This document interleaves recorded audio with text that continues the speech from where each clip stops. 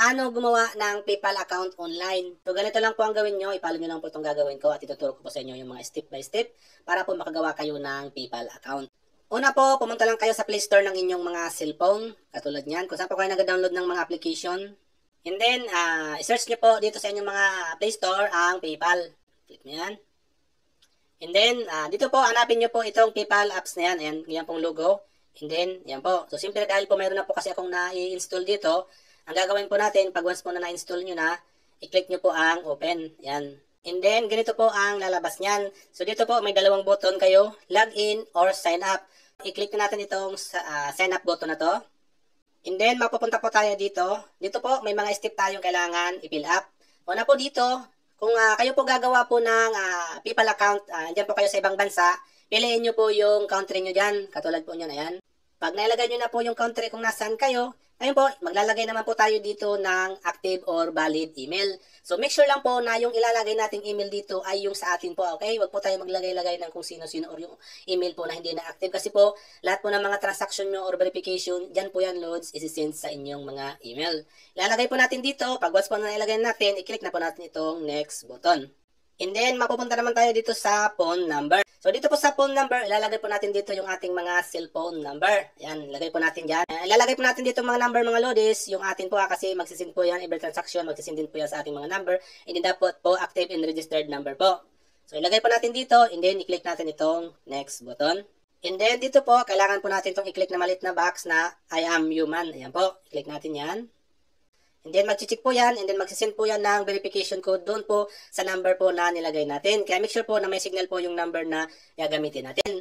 Pag once po na na-receive na natin yung code, katulad po niyan, ilagay na po natin siya dito, 6 digit po yan. And then, mapupunta na po tayo dito sa create password. So, mag-create na po tayo ng password pag once po nilagay na natin yung code na sinend sa ating mga number. So, dito po, pag nag-create po tayo ng password, so make sure lang po na hindi bababa sa 8 character or hindi lalampas po sa 20. And then, pag nagagawa po tayo ng password, kailangan po may letter, number, or symbol. Katulad po niyan ng mga yan. So, parang ganyan po yung gagawin yung password, mga lods. Ayan. So, dapat po, nakacheck po yung dalawa. Pag hindi po yan nakacheck, ibig sabihin po, hindi po available o hindi po pwedeng gamitin. Kailangan po, nakacheck ang dalawang yan. Ayan. Pag okay na po, nagawa nyo na po yung password na gusto nyo gawin, pwede nyo na po i-click itong next button. And then, mapupunta na po tayo dito sa personal info. So, dito po sa personal info, ang mga gagamitin po natin ay yung mga authentic name po. So, ilalagay po natin dito mga lodis ang ating first name. Ito po yung pangalan natin. So, maglagay din po tayo ng middle name.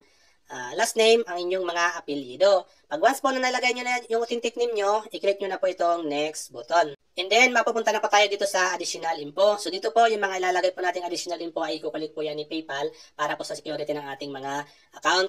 And then, nationality po, kung nagagawa lang po kayo ng account, and then ang ginagawa nyo lang po account ay para po sa iba-ibang lahi, palitan nyo po yan dito. Pero kung Philippine naman po, Philippine po ang ilalagay nyo, nationality. And then, document type po, yan, i-click nyo lang po yan. So, dito po, pwede po kayo magamit ng identity card, ayan, passport, or driver's license. Okay, so mamili pa kayo dyan mga lodis kung ano pong document ang gusto nyong gamitin. Halimbawa po passport, ganyan. Mapupunta naman tayo dito sa document number. Ang ilalagay po natin dito document number ay yung passport number po natin. And then dito, date of birth, ang ilalagay po natin dito yung birthday na nasa ID po natin. So ngayon po, pag napilapan mo na po yan, ilagay mo na po yung document and then ang inyong document number and then birthday, pwede na po i-proceed dito sa next button. And then, mapupunta na po tayo dito sa ating mga permanent address o residence address po natin. So, pag naglalagay po tayo ng ating mga address, huwag po natin ilalagay yung ating mga PO box na yan. So, dito po, i-click nyo lang po ito. Halimbawa, gusto nyo pong i-search yung inyong mga address. Click mo yan. And then, i-type nyo po dito yung address nyo po. Halimbawa, ang address nyo dito ay Manila. Yan po, i-type nyo po dyan. Okay, halimbawa, Manila, ganyan. Manila South, Cabuyao. Ganyan nyo lang po. And then, ilalagay nyo po dito kung ano pong barangay or district, mga apartment room or etc. Pag okay na po, nalagay nyo na po yung inyong mga address, i-click nyo po yan, ayan. Yan po. And then, pag okay na po, i-click nyo na po itong agree and create account. Ayan. And then, mapupunta na po tayo dito, glad you join us. Pwede nyo po kayo mag-explore dito. Halimbawa po dito, send money, get paid, browser. Yan po. Kahit saan po kayo pumunta dyan, okay lang naman po yan. Mapupunta kayo dyan sa inyong mga account. So, halimbawa dito sa browser na lang. Ayan. And then, mapupunta tayo dito. So, pwede nyo pong i-link dito ang inyong mga debit card or credit card, mga lods. Okay, pwede nyo naman pong i-skip na lang muna. Ayan. And then, skip. Then, skip. And then, dito, skip ulit. Allow. Skip. And then, mapupunta na po tayo dito sa homepage ng ating PayPal account. Ngayon po, magsisend po yan sa inyo ng email. Puntahan nyo po doon sa email mga lodis, may sisend po yan na link, and then kailangan po natin i-verify. So, dito po sa ating Gmail. And then, hanapin nyo po yung sinend dyan sa inyong link. Yan po, confirm. And then, dito po, kailangan po natin i-confirm ito. Yan, confirm my email address.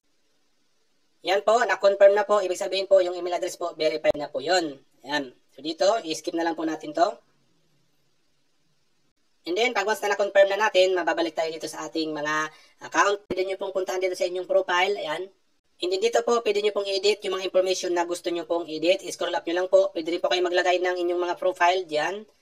So, yan na po lodis ang magiging PayPal account nyo. I-adjust nyo na lang po yung inyong mga profile info, yung inyong mga profile, picture nyo po dyan, yung mga address. Pwede nyo pong i-link yung inyong mga account sa iba pong mga, kung meron po kayong mga debit card, credit card, or kahit po GCash, pwede po yan mga lodis. Okay?